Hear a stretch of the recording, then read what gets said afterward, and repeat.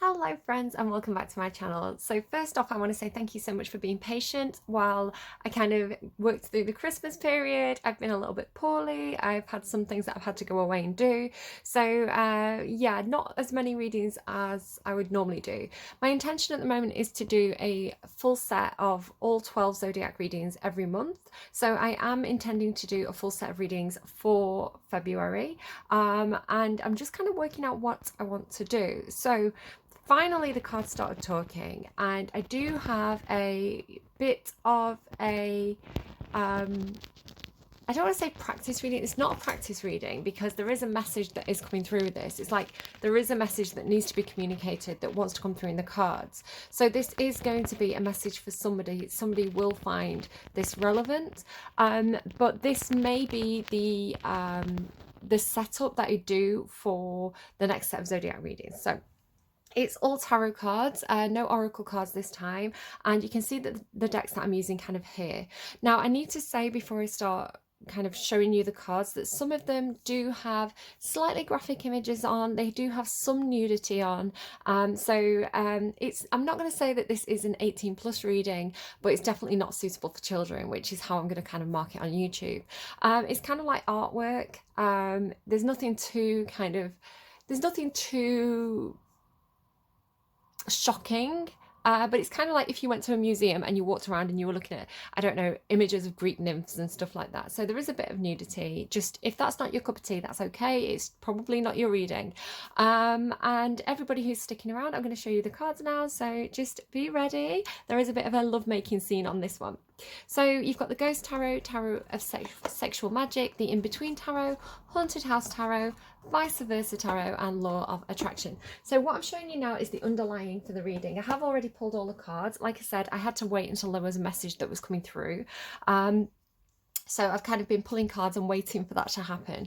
And now finally here we have the message. So this is the underlying of the reading, and this kind of tells me the state of things, like what's going on, and then the actual spread is kind of going to go into the details of it. So if this is your reading, you may be in a situation where there's a situation between you and another person, and what I'm seeing here is it's gone a little bit icy, it's gone a little bit cold. Everybody's kind of got their defenses up because we've got the King and Queen of Swords here, and the Queen of Swords has her back turned, and you can see all this ice here as well.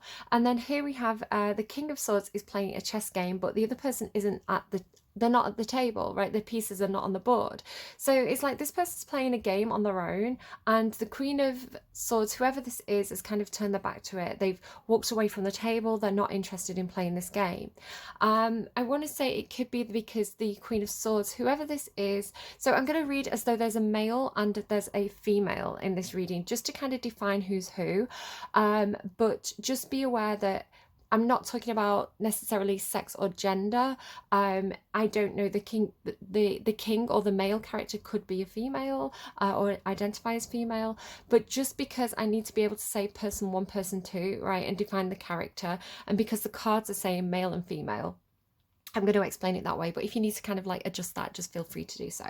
And it doesn't have to be, now we've got double Aquarius here. We've got the Hangman card and the King of Swords. So that is Aquarius. The Queen of Swords is Libra. So it could be that we're dealing with an Aquarius and a Libra. But again, I don't want to assign gender or star signs specifically to the cards, because we're not one zodiac sign. We're kind of like all 12 houses. All the planets move around those 12 houses. So we're all affected by all the energies and all the zodiac signs at different points in our life. But if that is helpful to anyone, there you go. Aquarius energy, Libra energy. So it does feel like there is a conflict here, or a coldness here between these two characters. Like I say, it's like it's coming across that the male is trying to play some sort of game and the female is turning away from this game and kind of either self-isolating, turning her back. If you just look at these two cards, it's like she's got her defenses up. She's built that castle around herself, the ice castle, and she's self-protecting and possibly healing as well. Now the Four of Swords is a card about healing, taking a time out, resting. With it being swords, it's like thinking it through, figuring things out, going over things in your head. that kind of thing. But yeah, it's like looking like she's stepped away from the table. She doesn't want to play this game, right? She's not interested in this game of chess with this King of Swords, who could be very, very stimulated by this. So the Queen and King of Swords being intellectual, electrical, I don't know, take that if it resonates. Maybe somebody's an electrician. But it's like, because the King and Queen of Swords are both swords energy, which is intelligence, mental, they like a good discussion, they like to communicate, they like to talk things through. They're very of the mind and logic based. It could be that these two have very, very stimulating discussions with each other, but like I say, with the Queen of Swords turning away and possibly being a little bit hurt or having to think things through, I want to say there's something going on with the male character where he needs to be able to see things from the other perspective. I feel like it could be that the King of Swords is only seeing the situation, the table, from his own point of view. So the Hangman here is saying there needs to be a change of perspective. You need to put yourself in the other person's shoes. You need to see things from the other angle here. So it could be that the male is left in confusion as why is this person gone cold? And it could be because he's not actually understanding the point of view of the female character. The Seven of Cups tells me there could be some definite confusion, and there could be somebody who's exploring their options in this situation. I'm not sure. It is a lovemaking scene there. The male does seem very dominant.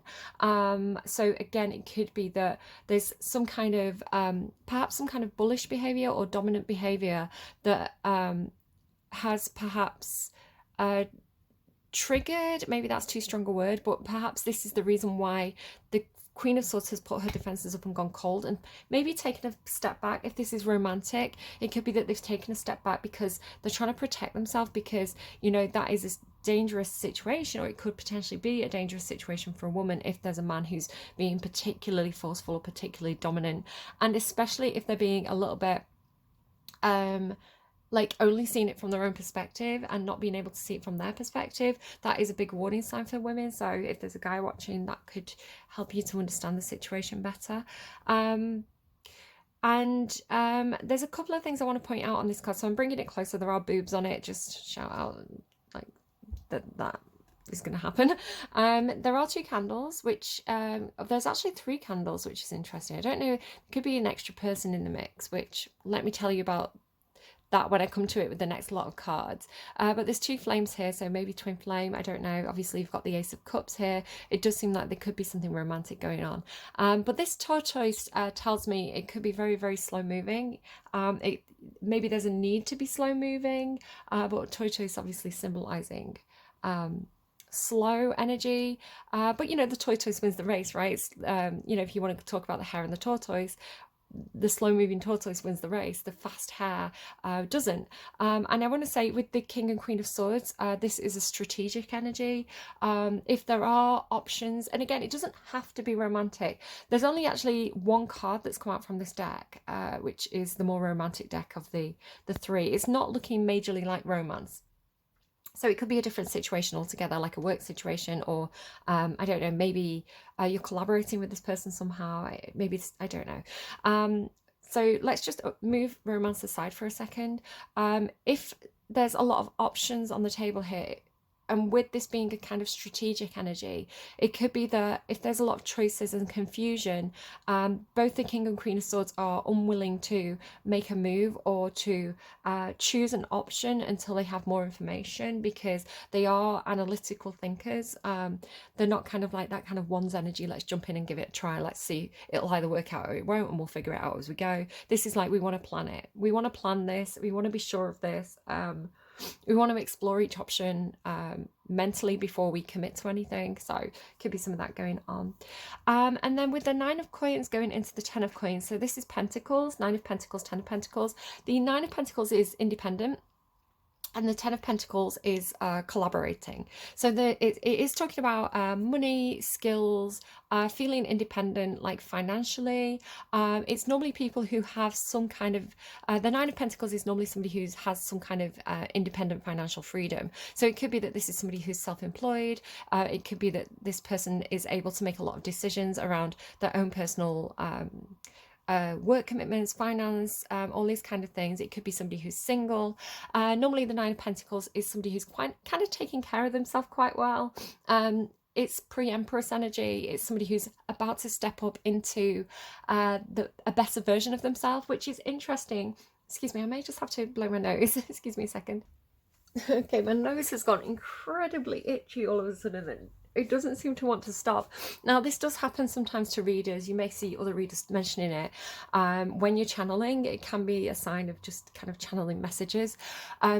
It can be a sign as well of an incoming argument, like an impending argument. So just be aware of that. And it could just be because I've got a lot of incense today as well. But everything happens for a reason. Things can be multiple things. It doesn't have to be one thing, doesn't have to mean one thing. One thing can mean multiple things, which could actually be a message about this Seven of Cups, right? This idea of like a lot of options. One thing could mean, you know, one move, one strategic move could mean a lot of different things. So maybe the analysis is like, well, what does that mean? What do I do next? How do I move next? There's a lot of kind of maybe over analysis happening, but I'm not seeing the cards for that. So what I was saying here about the Nine of Pentacles being pre-Empress energy. Now you've got the Swan card here from my own deck. Now the Swan card, if you think about this, the ugly duckling, right? The ugly duckling has the potential to be this beautiful swan. So the Swan card is really talking about potential. What's interesting as well is in the previous shuffle, the Swan card came out with the Deer card, and the message that I was getting from that was like, with the Deer indicating almost like the naive feminine, right? The vulnerable, childlike, innocent feminine, and the Swan almost being like the final form or the full embodiment of what's coming through now as being like almost like Empress energy. So there could be something going on that's a little bit Eliza Doolittle, where, or you know those 90s movies where it's like, I'm gonna take this geeky girl and turn her into the prom queen. So it could have a little bit of an element of, because the masculine is coming through as more successful than the feminine in the full reading.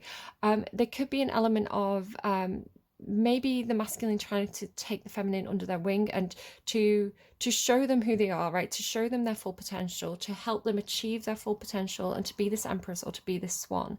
There could be an element of that kind of Dr. Doolittle, Eliza Doolittle business coming through.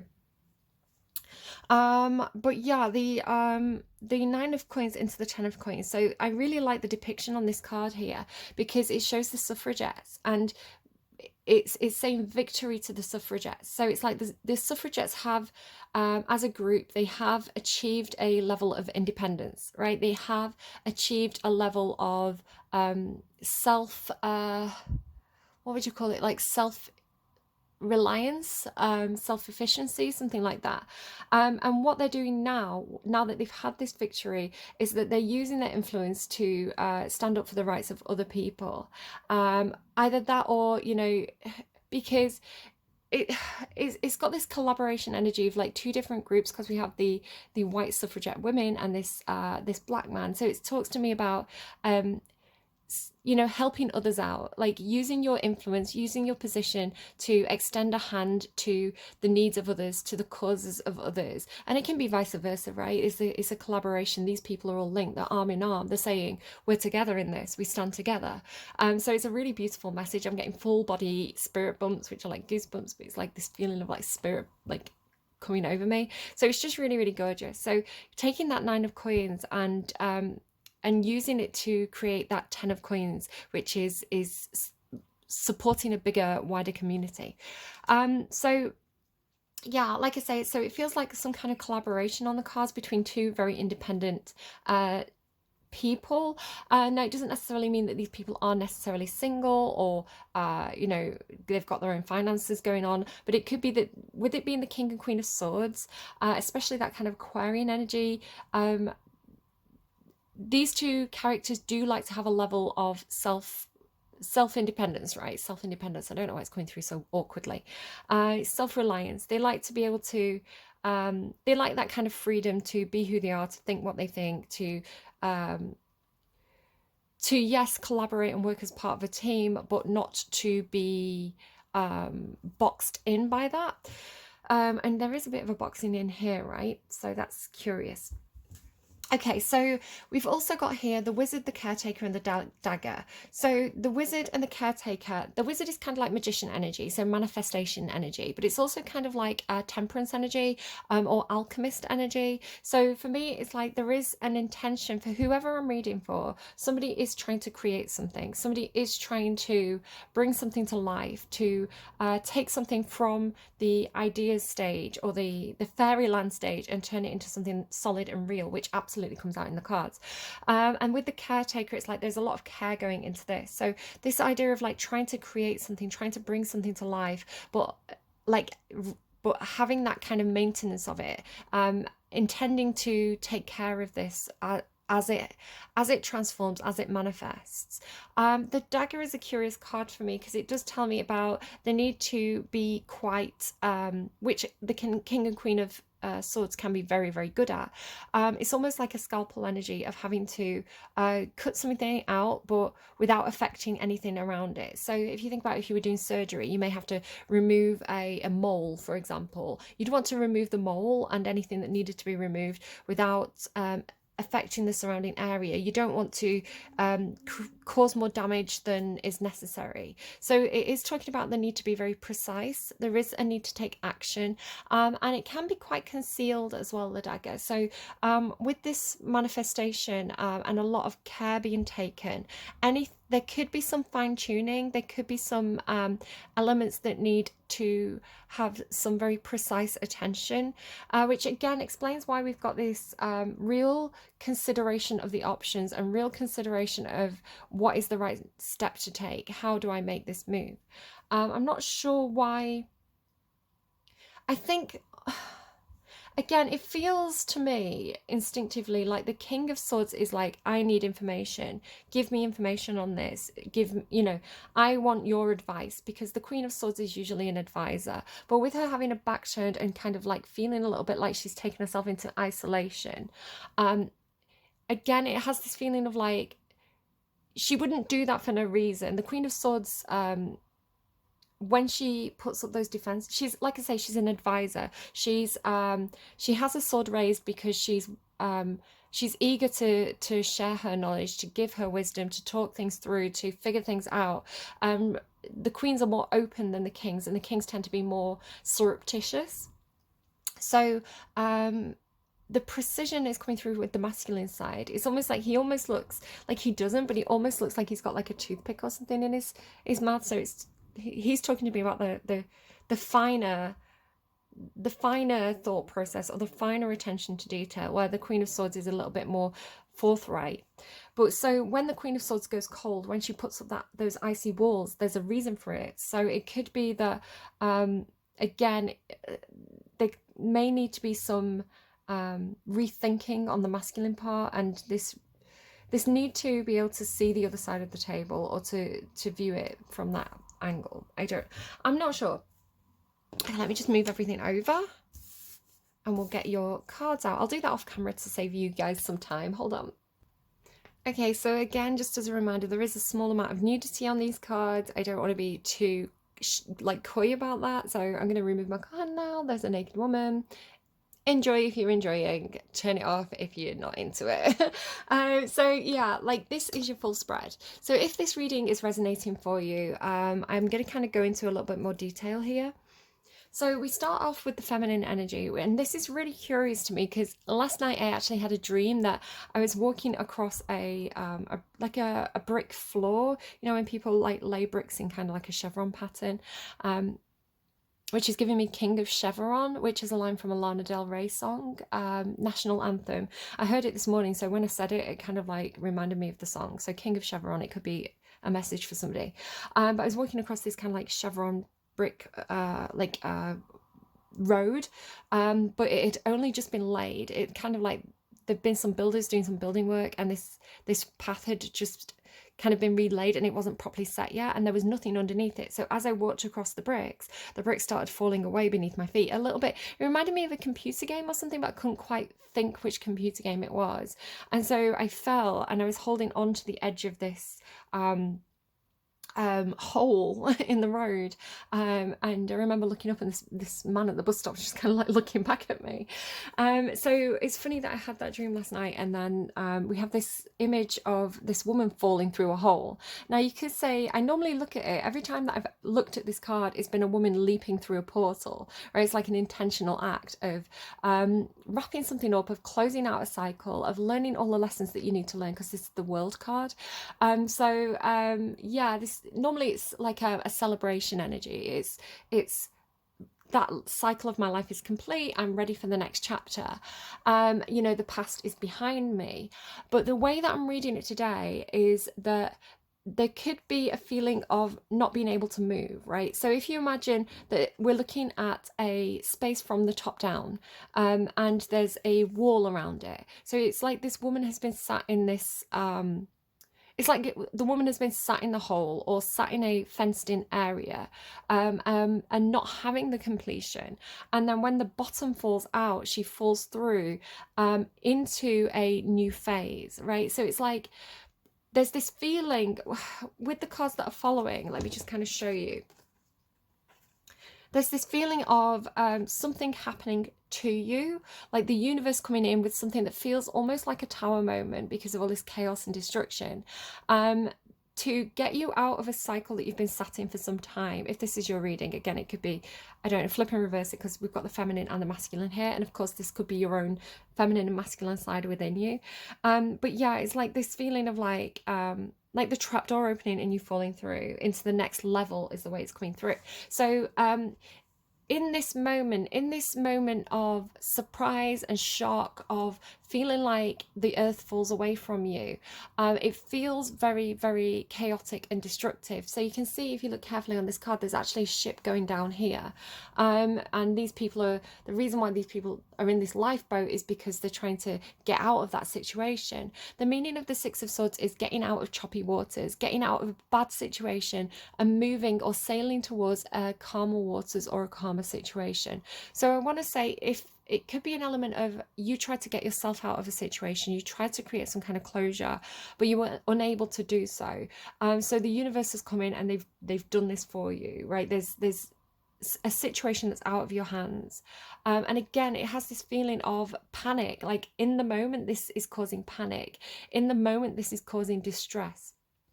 But I want to reassure you that you are going into a better situation, which is the meaning of the Six of Swords, right? The literal meaning is getting out of a bad situation and moving towards a good situation. And I'm all kind of seeing Spirit as the All Master.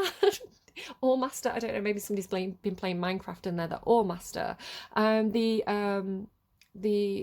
The person kind of sailing the ship.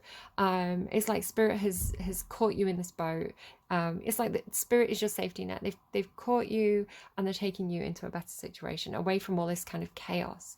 So if you look again at this card, she's left, the area that she's left is this kind of nighttime scene or this darkness, and she's falling into kind of a nice, clear, bright, sunshiny day, which is giving me, it's gonna be a bright, bright, bright, bright, sunshiny day. I can see clearly now, the rain has gone. And so if you're in a moment of, if you're in that moment like I was in my dream of the earth falling away from you, having that tower moment and trying to hold on, it's like it's gonna be okay. I want to kind of reassure you that this is redirecting you to something that is more in alignment with you. Now we go to the masculine. So I do feel like this could be something that has affected both the feminine and the masculine. Some kind of completion of a cycle, some kind of lessons learned, some kind of closure that's happened with that World card. And again, it's kind of affected them both, because we have this the Emperor now. I'm saying it's the Emperor because I think this character is on another card as the Emperor, and he kind of has that kind of like Julius Caesar quality to him. So I am seeing this as kind of the masculine, divine masculine, the Emperor to the Empress. So I'm going to say the Emperor. So the Emperor is sat here now. And I'm seeing him as being in the boat. So it's like the boat has moved out of the choppy waters and it's kind of like smooth sailing here. So you can see here. So it's almost like as if you could put the cards like that. It's like he's sat he's sat on the boat and the boat is now sailing. So that's kind of how I'm seeing it. It's like he's on the boat. And I want to say that after this upheaval, after this moment of shock, the emperor, the masculine, he is hurt, because this is the Three of Swords. So there is heartache here. There is pain. There is something that needs to be healed, because we've got that Four of Swords here again, that kind of healing energy, which we saw, just to kind of remind you, which we saw here. So I want to say the masculine and feminine are both in this healing stage, this healing process. And I want to say there is an element of separation, perhaps.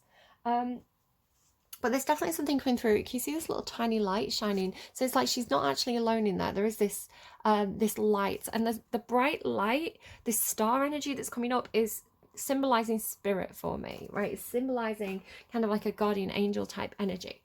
Now there's something going on. It's got a feeling of, you know, that, is it Tennyson poem where it's like the mirror cracked from side to side, the doom is upon me, cried the Lady of Shalott. Again, it's like this, the doom is upon me, the mirror has cracked moment. So again, this kind of is looking to me slightly like a mirror as well, right? It's like it's almost like Alice in Wonderland, like the mirror cracks and you realize that you can step through into a new phase. And another reason why I'm saying that is because the emperor has his back to the moon, and the moon is looking to me like a cracked mirror, or the cracked moon. So I don't know if there's something about somebody's moon sign. You may want to go and look at what your moon sign is, and have a look and see if there's like anything that's happened negatively in terms of your own moon, and whether you need to do some healing of that.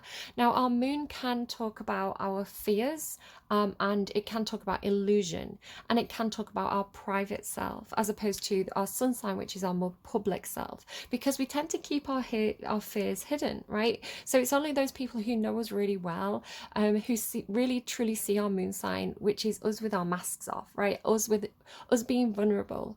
But yeah, so with this idea of like the mirror cracked, it's there's this feeling of perhaps an illusion that's been shattered. And again, the emperor is trying to put this behind him, and he's trying to heal and move on. Now, what's also happening here is this feeling of it's like redirection. So I'm seeing as it's coming through that song Little Star by Khalees, where she says, there's nothing special about me, I'm just a little star. If it seems like I'm shining, it's probably a reflection of something you already are. So it's like I feel like one or both of these characters has been searching for something, and they've been going in the wrong direction, because it's looking to me like this person or these people are trying to follow their star. It's like they're trying to align with their hopes and dreams and wishes. Like they have hopes, they have dreams, they have wishes, they have a sense of direction. It's like they're moving towards that bright light, right? It's like that's what they're aiming for. So it could be success, because we have the Six of Wands here as well. It could be like aiming for success, aiming for public recognition, aiming for that spotlight to be on them. But it's like whatever that means to them, whatever success is coming through with success, whatever success means to one or both of these people, I think that they've been chasing an illusion, because it's looking to me with the emperor being like this, right? The emperor is now facing their true north, you know, the true star, the real star, almost like with the lenses off, because it's like it's something to do with like this is the real moon now, and this was the false moon, but the moon was a mirror. So it's like I'm not explaining this properly. So it's like there was an illusion, because the devil's here as well. There was an illusion, there was a trick of the light, there was a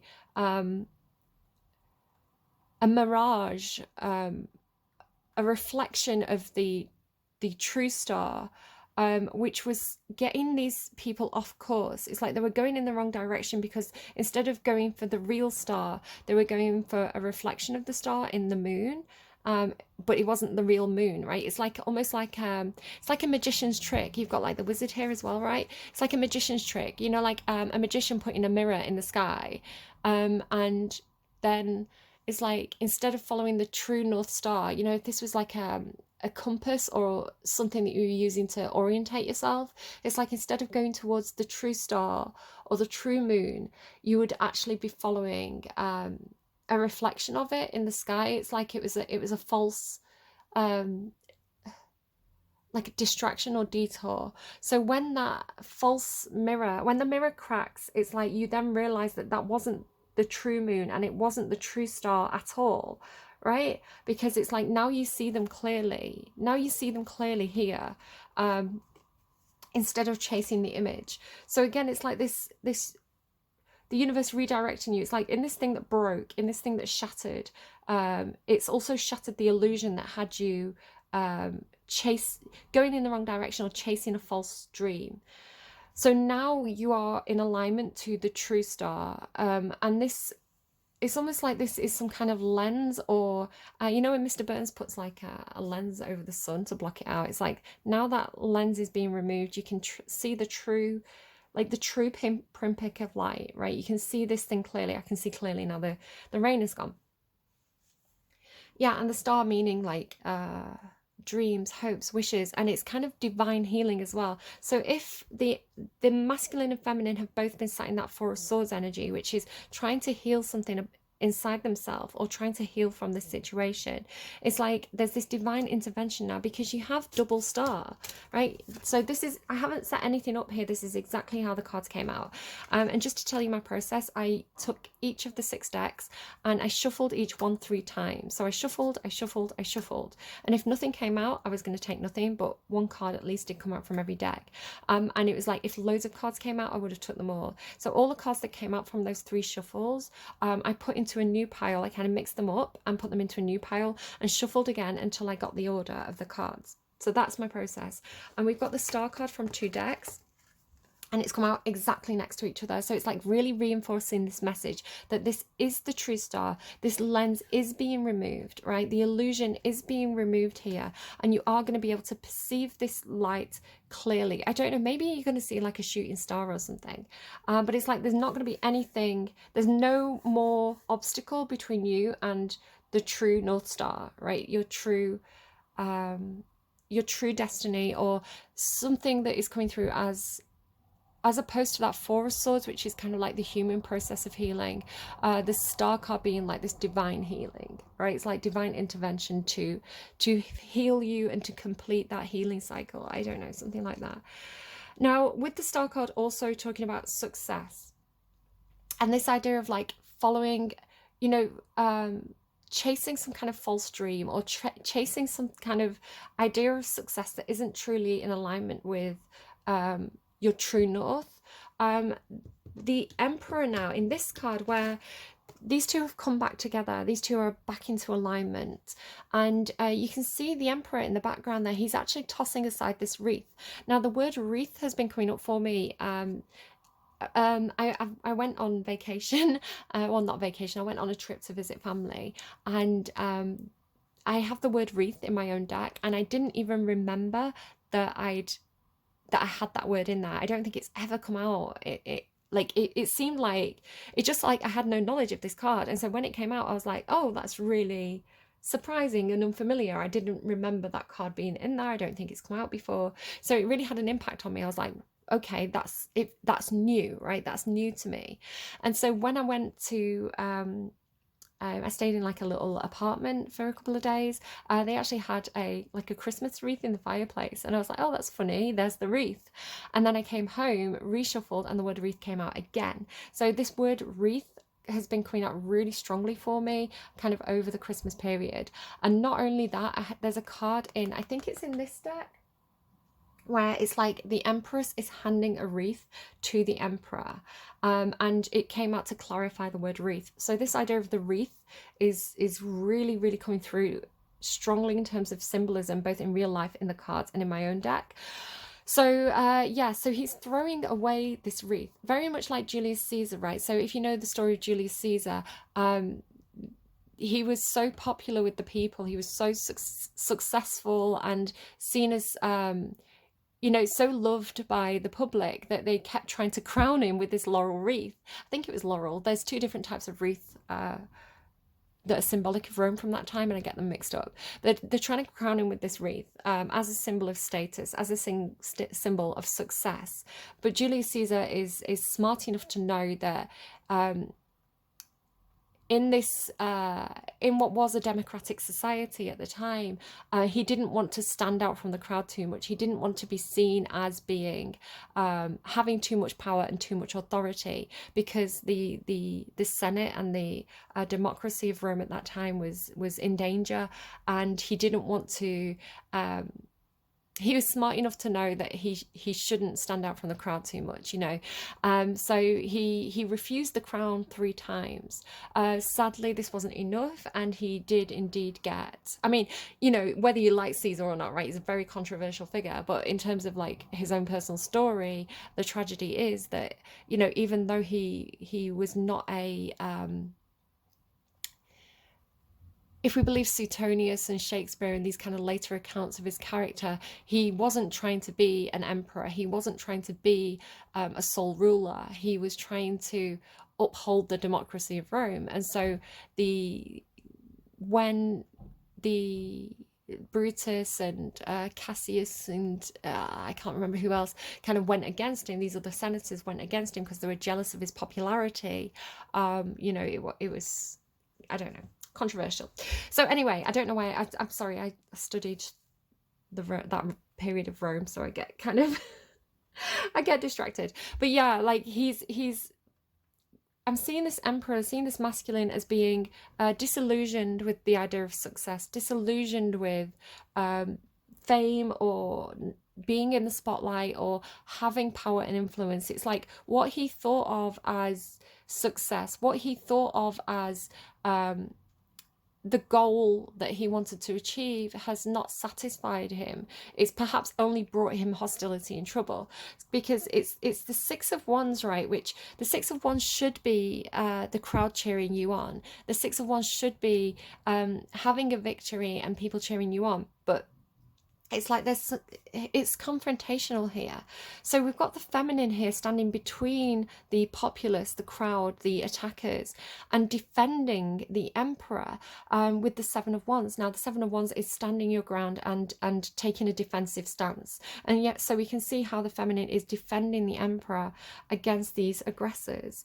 So it could be, I don't know, you would have to interpret that in your own story. I do think that there could be a bit of a cost here. So I want to say that the emperor has perhaps made some kind of mistake in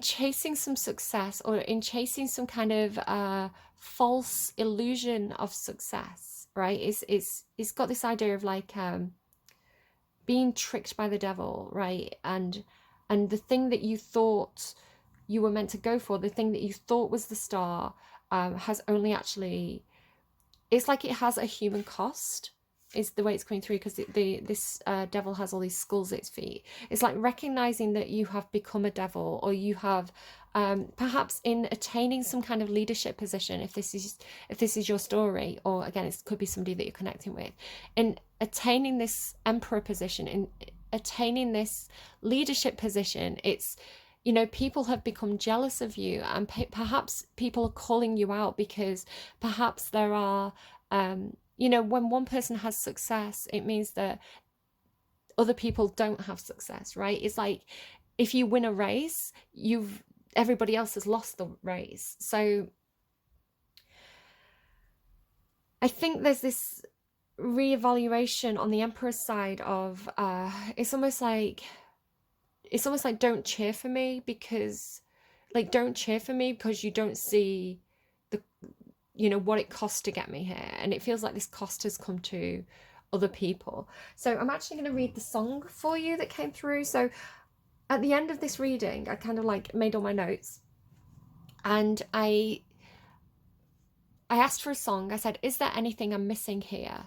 Let me just make sure I'm phrasing this correctly. So I said, is there anything I'm failing to see? Is there anything I'm failing to see? And the answer was My Sweet Side by Sital-Singh. So it's like this emperor is saying, it could be that there's people who, right, It's coming through like, so this is coming through as the emperor, right? The 3D physical emperor, the person sat in front of you made of flesh and blood, who has some success, but this success has come at a cost of other people, right? And it could be that other people are seeing, are, the populace, the people, or certain individuals are confronting this emperor about this. But it feels like the feminine can see through the physical. It's almost like into the eyes of the emperor. It's like they can see past the illusion or past the mask to the sweet side of, it's like the sweetness within this emperor. It's like they can see perhaps through this hard exterior. We had that turtle, right? The tortoise. Through this hard shell, through this tough exterior. It's like the feminine has this ability to look directly in and find the light. Now, the reason why I'm saying this is because there's all this thing about the 3D, the physical, and the spirit. So you can see here, like, it's almost like if you could see beyond the flesh and blood, the person sat there in front of you, the mask that this person's wearing, you would see their true spirit, right? Their true soul. And their true soul is the King of Cups. Now, the King of Cups is the most deeply emotional and loving and supportive and attentive and kind and considerate and understanding energy in the tarot, right? Of all the persona cards, it's like this person has the sweetest side, right? This person truly does have a very, very sweet soul, because the ghost and the star, right? So when I connect to the energy that I connect to when I'm in meditation is this brilliant bright light. It's like a star and a diamond, and it talks to me about the true spirit, right? God energy, source energy, the soul of a person, the soul's core of a person. So I had this dream when I was away, and I was in this apartment and it felt a little bit haunted. So I had this nightmare that I went into a room and there was a lot of people in this room, and they were all kind of like screaming and panicking because there was something in the room. And it was almost like you'd think it would be a mouse, right? And, everybody's panicking because there's like a little mouse in the room. But in the corner of the room, there was this demon, like this. It was like looking into the corner of the room, looking into the shadow, and realizing that what was making everybody panic was this creature. And so I did my thing, which is looking for that brilliant white light, right? To connecting spiritually with that light. And I kind of put it in this demon, and the demon fell to its knees. And I know it sounds really silly, right? I know, like, some people don't like to hear about other people's dreams, but with it kind of being in the cards, I feel like it's a message that needs to be communicated. So in either finding the bright white light inside this demon or shining my own light into it, it fell to its knees, and then it was no longer a threat. It's like I'd vanquished this demon, but I hadn't destroyed it. It was still itself. But it came and stood beside me because it was now in alignment with me. It was like this demon had now been neutralized, or something like that. Not in a way that it had been destroyed, but in a way where it's like it was no longer a threat. It was no longer terrifying, because I'd found the true soul within it. Something like that. It's like the demon itself was the illusion. Does that make sense? It's like the terrifying persona was the mask, and the true self was the light within, which I'd successfully found. A little bit like in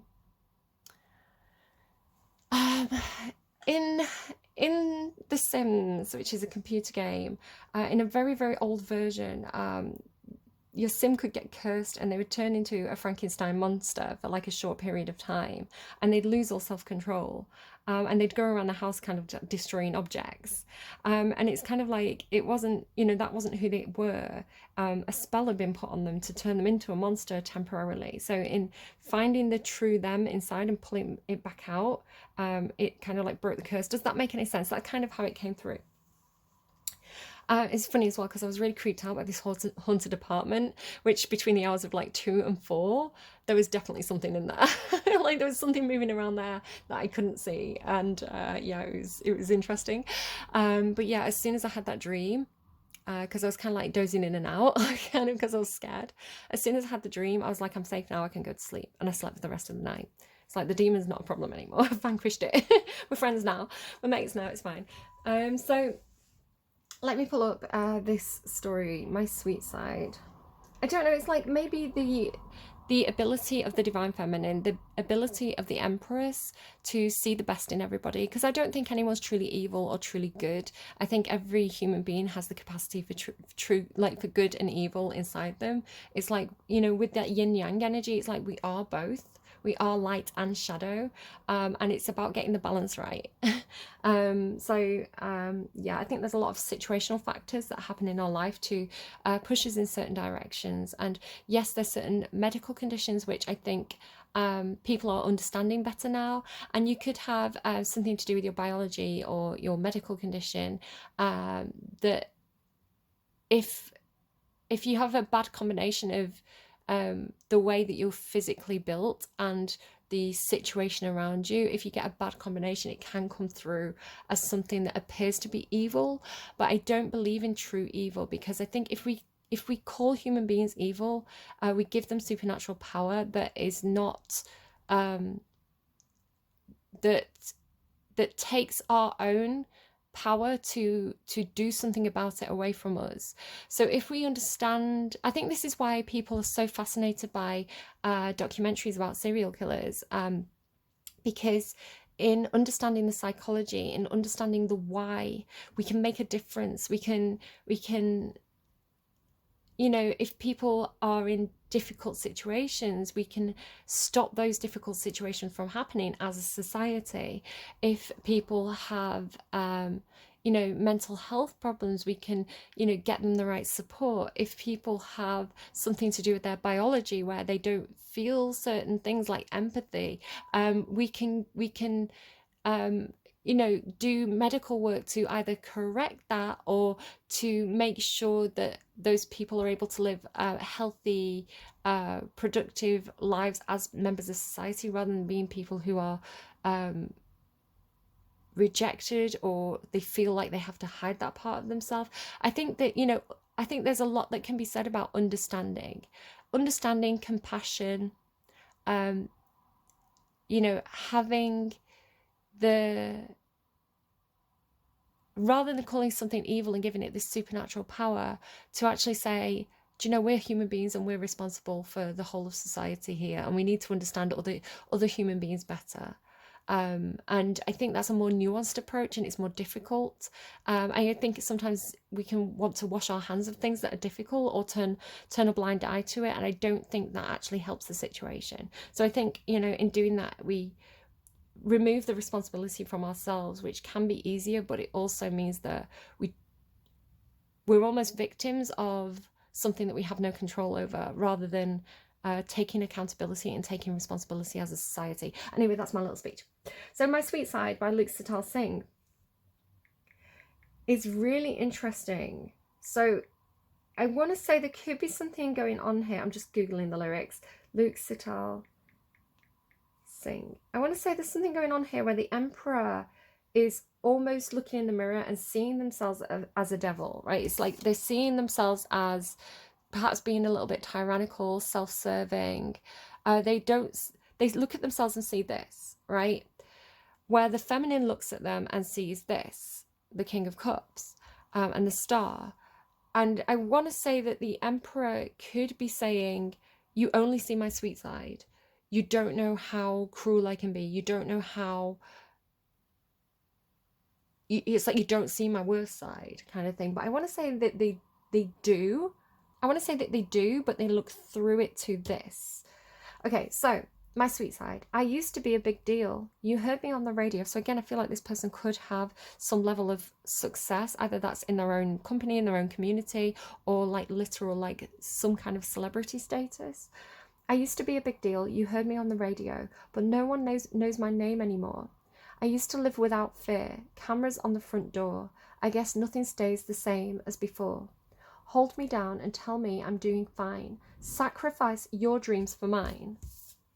Right? So the Emperor's been chasing that star, but they've realised they got it and it wasn't what they wanted, and they realise they've been tricked by the devil, and then they turn around and they see the cost to those that they love, the cost to those that they've hurt, all the backs that they've walked over to get there. It's like now now the illusion is broken. They're seeing themselves as the devil. Sacrifice your dreams for mine, 'cause I'm your man. Oh, you only know me, my sweet side. I was the cut that left those scars behind. Each night we'd put on Jackson Browne and dance like fools in love. In daylight my record spins, and silence swings a pounding sucker punch. Oh, hold me down. You offered your plans, and I used them to start a fire, 'cause I'm your man. You only know me, one small side, but I was the cut that left those scars behind. I never meant to lend you all my doubt. Your voice is so quiet and mine so loud. So I think that there could be this moment of recognizing that it feels like the feminine has played a supportive role to the masculine, and the masculine has been so kind of like one-track mind, or so fixated on their own dreams and wishes, that they've stomped all over the dreams and wishes perhaps of the Empress without realizing, because it's like they failed to see the feminine's perspective, where now it's like, well, why has the feminine gone cold? And it's because the Emperor has been self-serving, perhaps expecting the feminine to sacrifice their own dreams for theirs. But in this illusion shattering, it's like suddenly seeing themselves clearly, suddenly understanding another perspective, something like that. But it's not all doom and gloom. Let's keep going, because there's some ability that this Emperor has, again, as the wizard energy, as this creator energy, as this almost like artist energy, this master magician energy, with this devil having a paintbrush in his hand, and with there being this kind of like cave painting of a horse here. It's like the ability of this masculine, this Emperor to bring things out of the ether, from things out of the imagination space into form. And this, I want to say, has brought them a level of success, because what we see here, we start off with this horse here, which is just a cave painting. It's just an idea, it's just a concept, it's just a painting on a wall, right, of what a horse might look like. But then it starts to take form, it starts to have this this 3D shape. It's like it's starting to come to life, right, with the Chariot card. It goes from a 2D image to something that is like a 3D image. You know, it has form, it has function, it has the potential to be something that has its own autonomy, that has its own spirit. So as it starts to manifest with this Chariot card, you actually then go into having, and there's another one here, you see here, so there's like these two cave paintings becoming actual, almost like ghost horses. It reminds me, is it called Inkheart? There's a movie from years ago that was like, anything that you wrote in a book came to life, or like Never Ending Story or something, right? It's like, if you can imagine it, if you write it down in this book, it becomes something that you can experience, is the way it's coming through. So yeah, going from this concept stage to something that is taking form, it's coming to life. And then you have the actual physical horse, like the 3D, tangible, real, pentacle, earthy horse, right? This thing is like solid. This thing is something that you can get on the back of and ride, with this kind of emperor on the back. So there's something about, I mean, just to kind of say, like, we go from like boats, like there's boat imagery here, there's boat imagery here, to chariot energy and horse energy. So we go from boats to wheeled objects like cars and motorbikes. I don't know if that's significant in any sort of way, but there's this thing about, with the chariot here, going from like this defending the emperor, it's like defending the emperor's dream, and the dream is symbolized by these horses, and the emperor the Emperor creating this dream, right? It's like in this magic paintbrush that brings the dream to life. So there's something about control with the Chariot card. Again, another card about success. So you've got success, like the Star card, the Chariot card. So the Chariot card and the Six of all these cards. So the, like I was saying, the Four of Swords is the minor arcana version of the Star. It's like it has a healing element, but the Star comes in with this divine healing. The Six of Wands, which is a card about accomplishments, being cheered on by the crowd, having a sense of victory. The Chariot is the major arcana of that. The major arcana is like, if you imagine in ancient Rome where, you know, somebody would have a victory, a triumph, they would ride their chariot through the streets of Rome and everybody would cheer them on, and they may have this laurel wreath. So again, you've got all this success here in these four cards that are all together. But the Chariot having this feeling of control, of needing to bring two opposing forces together in order to be able to move ahead. So sometimes there's a blockage, which we saw at the beginning of the reading with the King, with the Hangman card, right? The need to change the perspective. It's like you can't move forward until you change your perspective. And then with the Chariot, you can see how this horse is pulling in a different direction. It could be because the Emperor has created this horse, and it's like the feminine is creating this horse. It could be saying that the masculine and the feminine need to come back together. They need to find some common ground and you know, aim for the same thing. They both need to be facing the same direction, facing the same star, facing the same destination, the dreams, the wishes, in order to run in that alignment and to move very quickly and successfully. But there could be some control issues where perhaps there's some vying for power between these two. So just kind of be aware of that. Now, there's something going on where with the wizard energy, the magician energy, being on the side, I want to say, of the Emperor, of the masculine having the power to create, to take a dream or an idea and to make it into a tangible 3D reality. I don't know if there's something here where the feminine is coming through as more of an apprentice role, especially with this idea of like control and power. Who has the control, who has the power, who has the seniority here? Because the Empress is now coming through, this feminine is now coming through Page of Coins into Knight of Coins, and then this is the Knight of Coins. It's so funny how it aligns like that. We have like all this success with the star there, with the star, and then like the two horses, and then like the Page of Pentacles into the Knight of Pentacles, and then the Knight of Pentacles is here. And then just to show you as well, it could have come out this way, which again is going back to that darkness, the back turned. The back is no longer turned, right? It's like the masculine is now facing the feminine, and they are coming into alignment. So again, it feels like the masculine with that wizard magician energy seems to be quite successful at the tangible things. So they could be quite skilled in their career. They could have a lot of skills. They could be very well trained. They could have a really good CV or like LinkedIn profile. So it's like they may be very, very good at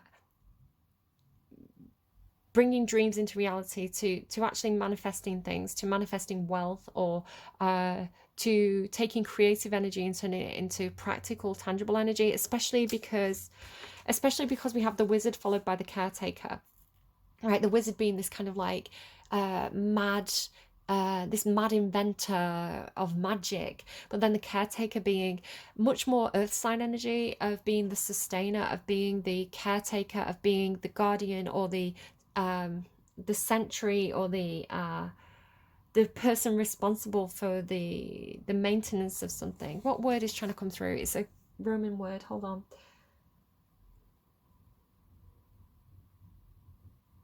Curator. It's got a Roman root. Curio.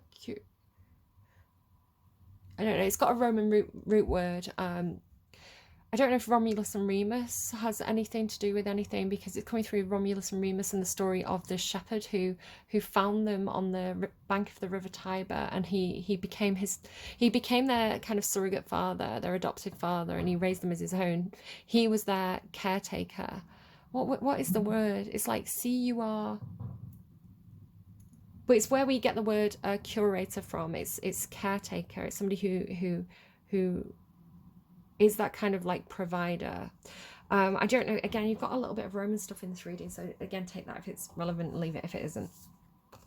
Um, so yeah, it's like with this being Virgoan energy, so somebody could have Virgo in the chart.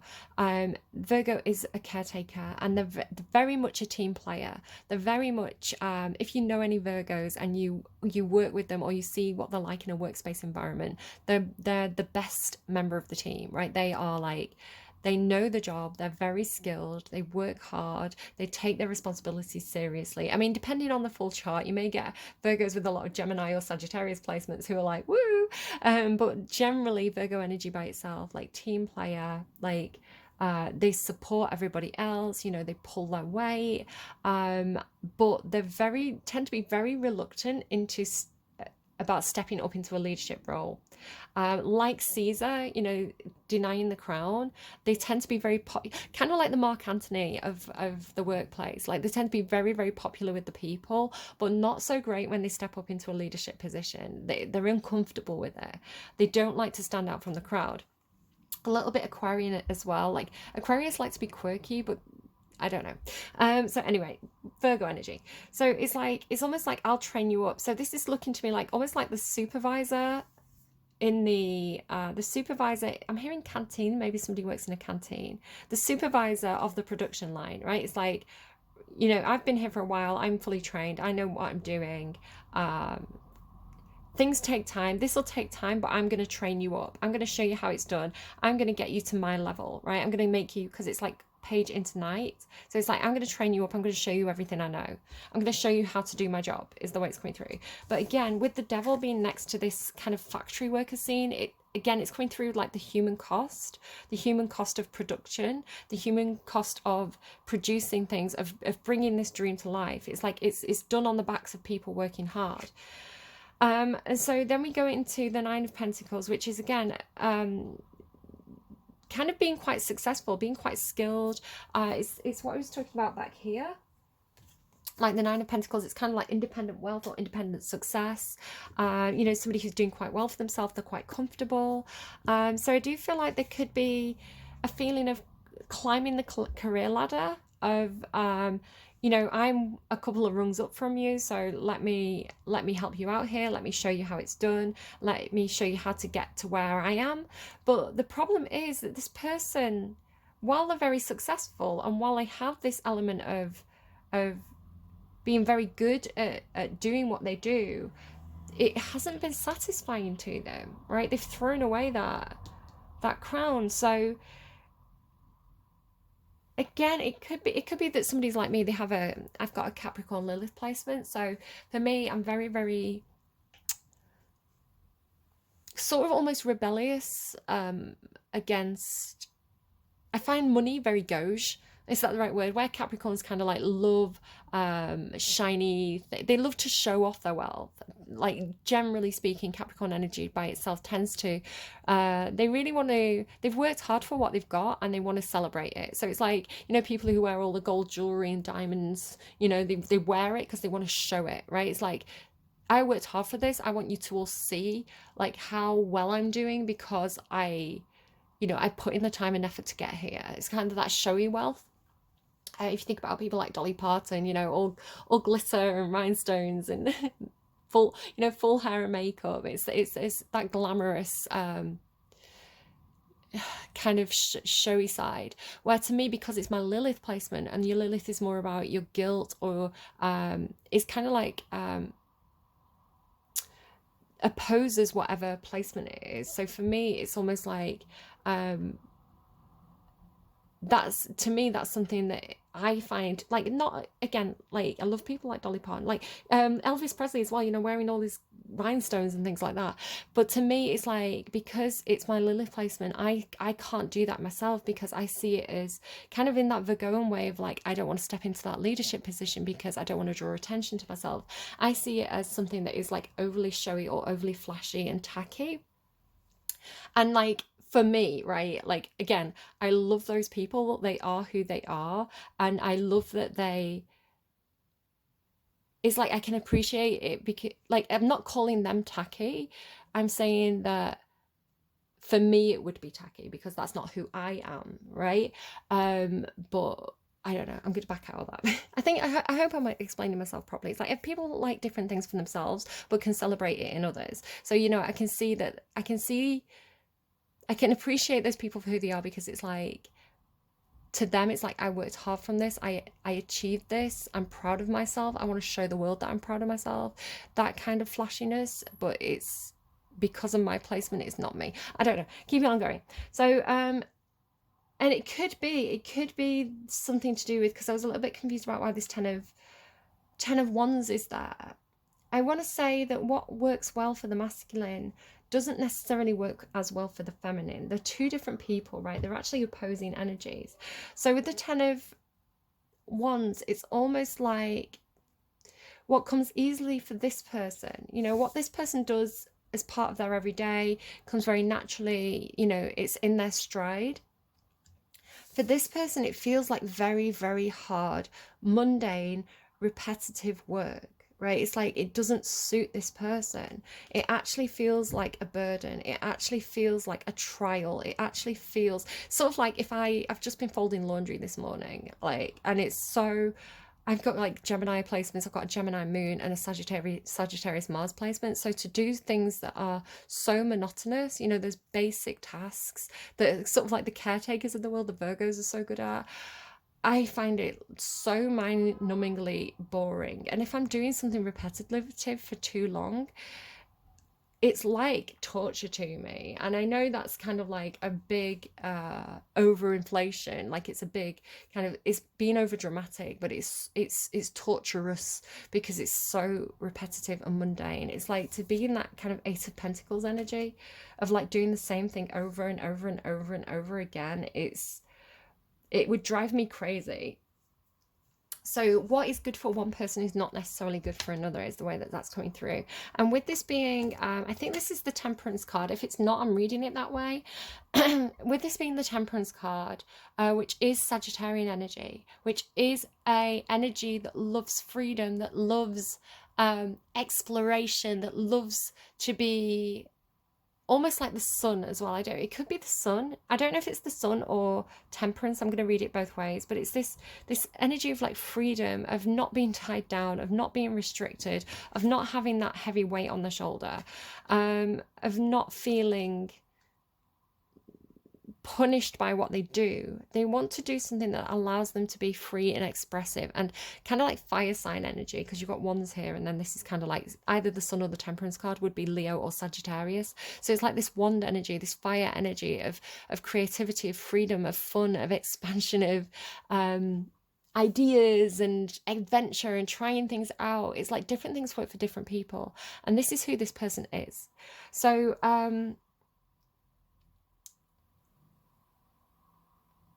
there's also an element of, again, with the idea of like what works for one person doesn't necessarily work for another. So the wizard energy that the male carries seems to be of this practical nature. They seem to be a doer, a caretaker, somebody who knows how the world works, right? They know how money works. They know how business works. They know how the practical, like how to do it, how to sustain things, how to make things happen over time and play that long game works.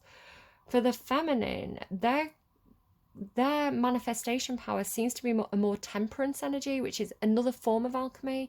Yeah, it's different to the magician card and that wizard energy. This is a more of an energy of like, let's mix things together and see what we get. Right, let's experiment, let's do science, you know, what happens if we mix that with that, what happens if we do this and this. So it's a much more fun, childlike, experimental, but very creative way of making things happen, right? This is somebody who makes things happen through Jupiter energy, through luck, through willpower, through enthusiasm. So just two very different approaches, which again, with that Chariot card being right in the middle, and with the energy of the underlying being like, these two people do not see things the same way. I think it could be an opportunity to look at each other, like look at each other's perspective, to see the benefits of the different ways of doing things, and to understand that sometimes the best things do come when you have that alchemy energy of like mixing the two together, you know, of creating something new through uh, two different substances and mixing them together to create something new, which could actually be the key to success here. We end with the Two of Pentacles. Again, this is the only romance card that you've got. I mean, you've got deep emotions here with the King of Cups, right? So this could be a work relationship where there's deep affection and love here. There's mutual understanding. There's the intention to see things from each other's point of view. Yeah, it doesn't necessarily mean it's sexual or romantic. But the Two of Pentacles, so the Two of Pentacles is a card about balance. It's a card about juggling the different needs of different people in different situations. And you see here the guy is kind of creeping up on the woman, so I don't know what that's about. He's kind of like sneaking up on her from behind. I don't know if there's like an intention to surprise somebody here. I don't know, but I don't know. So I've got another deck here to kind of like get another card as advice. So if you are the masculine, what is the advice? King of Swords. So we're back with that King of Swords energy, which again is this guy that we saw here. And again, it's Aquarian energy. So we saw the Aquarian energy here with the Hangman, seeing things from a different perspective. So you are actually being encouraged to... Sorry guys, my video cut out. I've only got 15 minutes, so I'm going to have to hurry up. So yeah, the King of Swords. So this is the advice card that's come out for the masculine energy. And we did see it in the underlying with this card, which is this King of Swords here, which is Aquarius energy. And we have this Aquarius energy here. So you're encouraged to maintain and adopt that Aquarius energy of the King of Swords. So for the masculine, this is your advice. I'm just going to kind of find the page and just going to read from the book. And you can interpret that as needs be. Keep the heart away. Oof. Stay cold, I guess. I have commanded. I have battled. I have ruled. I am your leader. Excuse me. You have to submit to my authority and laws. I don't care if you think I'm not sympathetic or sweet. This is not what I have to be. It's funny, my sweet side, right? It's like, keep your sweet side locked away. Keep that King of Cups energy locked within. Put up the cold front. That's your advice. I mean, I don't get it. It's not the advice that I would normally give, but it could be that the situation demands it at this time. To be very stoic. I am not sympathetic. Right, I'm going to start again. I have commanded. I have battled. I have ruled. I am your leader. You have to submit to my authority and laws. I don't care if you think I'm not sympathetic or sweet. This is not what I have to be. My order to you is that you have to keep your emotions under control. I want you to remain rational, objective, and lucid. Use your intellectual power to analyze calmly the situation. Stay fair, but also very firm. Fancy dreams or impulsive decisions are not appropriate right now. Untidy emotions mustn't get in the way. I won't tolerate childishness or inconsistency. You won't touch me with your tears or complaints. I demand that you put a clear eye on the matter, and that you resolve the problem without moaning. Wow, a bit harsh. I don't know. It's the advice for the masculine, not for the feminine. Let's see what the feminine gets.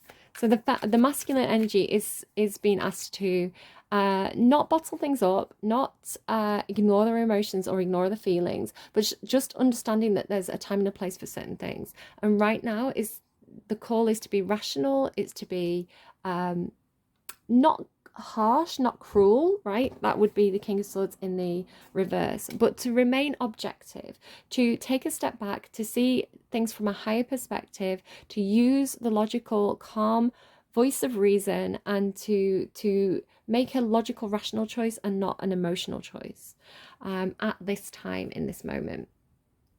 Okay, and so the advice for the feminine, please. Justice.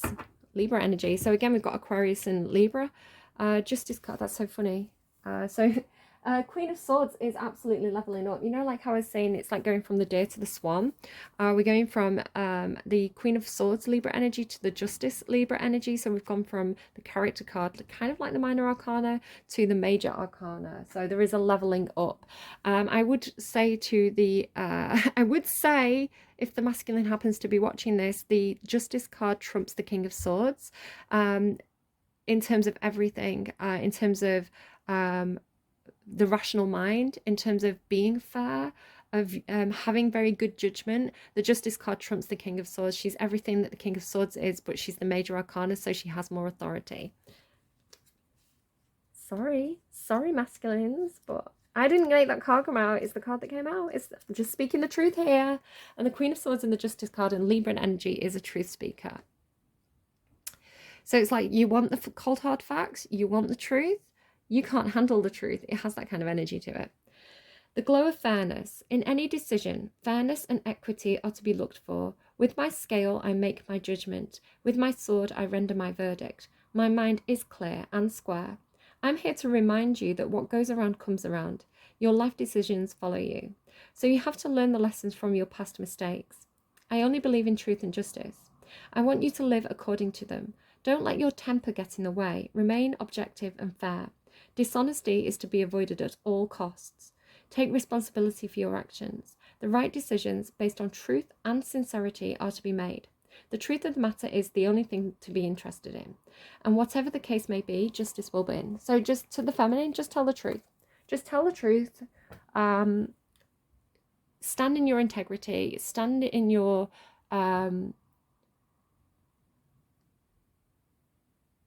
in your logical, reasonable, but very fair.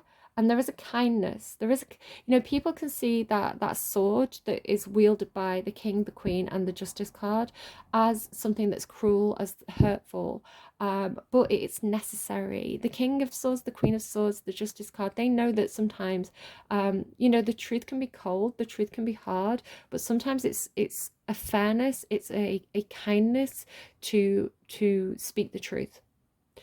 Yeah, I don't know, this is what is called for in this situation. So I would also say that with the Chariot there and this thing about coming into alignment, if these two people, the feminine and the masculine, both have perhaps they have a lot of air in the chart, and they both have this capacity to be very stoic, to be very logical, to be very upfront and truthful and clear, then that actually can be a very, very, very healthy situation, especially if this is business.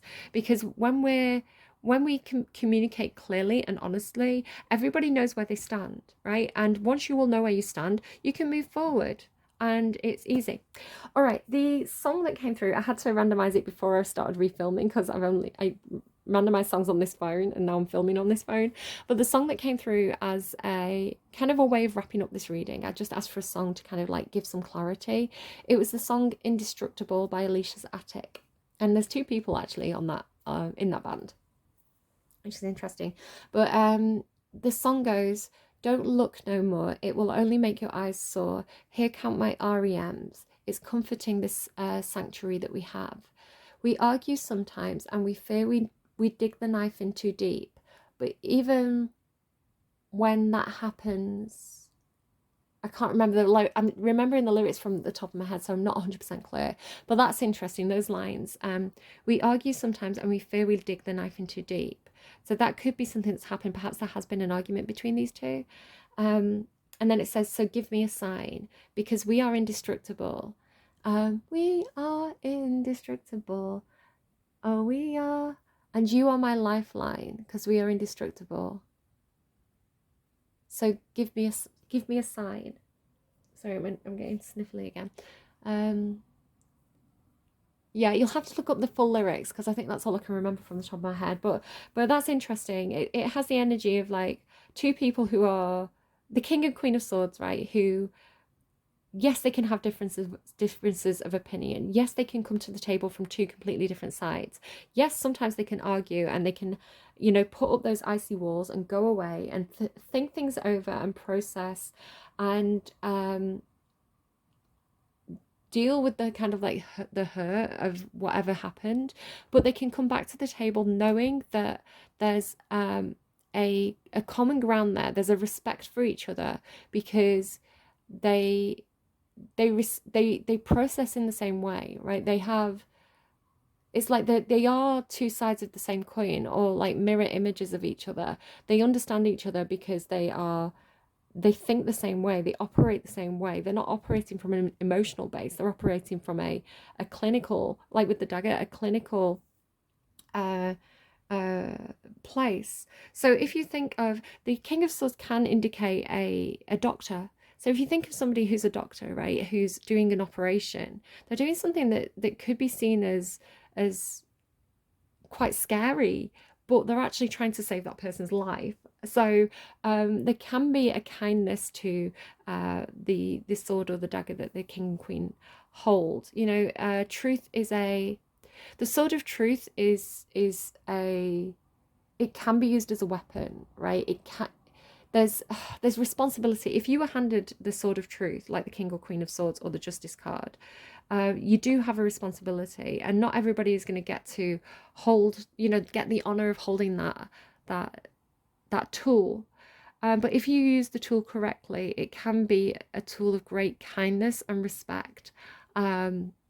Because the queen of swords especially knows that truth is, yes, truth can be a weapon. Truth can be, you know, your tongue can be a weapon, but speaking the truth can also be a great honor and a great kindness, especially when it is respected and received in that manner, right?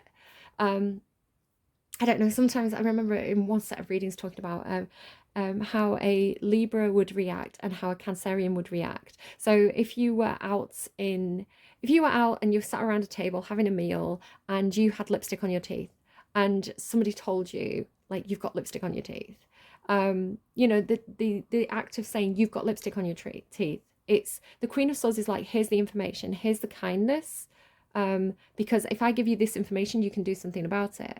But the Cancerian might receive it as an attack. You know, they might see it as, oh, you embarrassed me, because they have an emotional response. Where a Libra would be like, thanks for telling me, I can go and do something about that now. So again, everybody has a lot of different placements in the chart. So, you know, different people can receive truth in different ways, but a Queen and a King of Swords, I feel like that's where the common ground is. That's where the success is. That's where the movement forward is, because it's like, okay, we can disagree, but we respect each other's truth, right? We respect how each other operate. So I don't know. I hope that was helpful to you. I feel like I need to get one more card.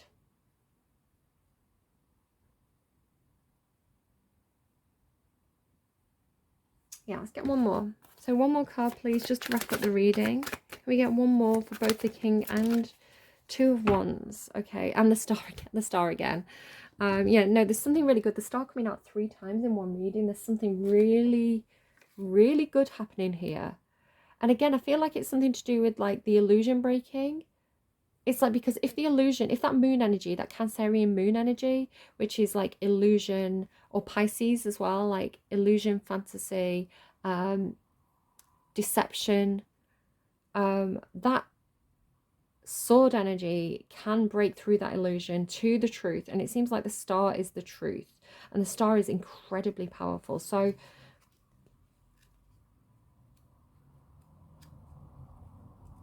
I don't know. I'm not quite sure exactly what this is for you situationally, but hopefully if it's your reading, it's making sense. So to wrap up the reading, the skull is like my crystal ball. It provides me with all the information I need. It got all those skulls. And it helps me reach my goals. I am questioning it for you. And of course, the skull is like the mind, right? I am questioning it for you. The answer is that you have to develop a plan, a detailed, efficient, appropriate plan. Don't be spineless or timorous. Dare to explore and try new experiences. You've walked a long road already, but there's still work to do. And things must be considered with a long-term approach in mind. Choose audacity over timidity. Don't fear stormy clouds. If you're well prepared, clouds won't stop you from expanding your horizons. So step out and go. So again, like making plans. So if you're making plans, you do have to be clear. You do have to be strategic. You do have to know what you're aiming for. And if you're on the same page and you're both aiming for that star, I feel like any confusion, any attempt at illusion, any distraction, you're going to cut straight through it. Almost like a knife through butter, right? The sword through the clouds. And you're going to get to that. You're going to get to that goal. And that goal is the star, and it's healing. It's the highest vibration you could possibly get besides the sun in the tarot. So I think you're good. Whatever you're doing, you're good. So I hope that reading was helpful for whoever it was for. Again, this is the intention for the next set of readings, so let me know how you found it. And yeah, I'll see you again soon, hopefully with an Aries reading. Do take care. I will see you again soon. Bye, friends.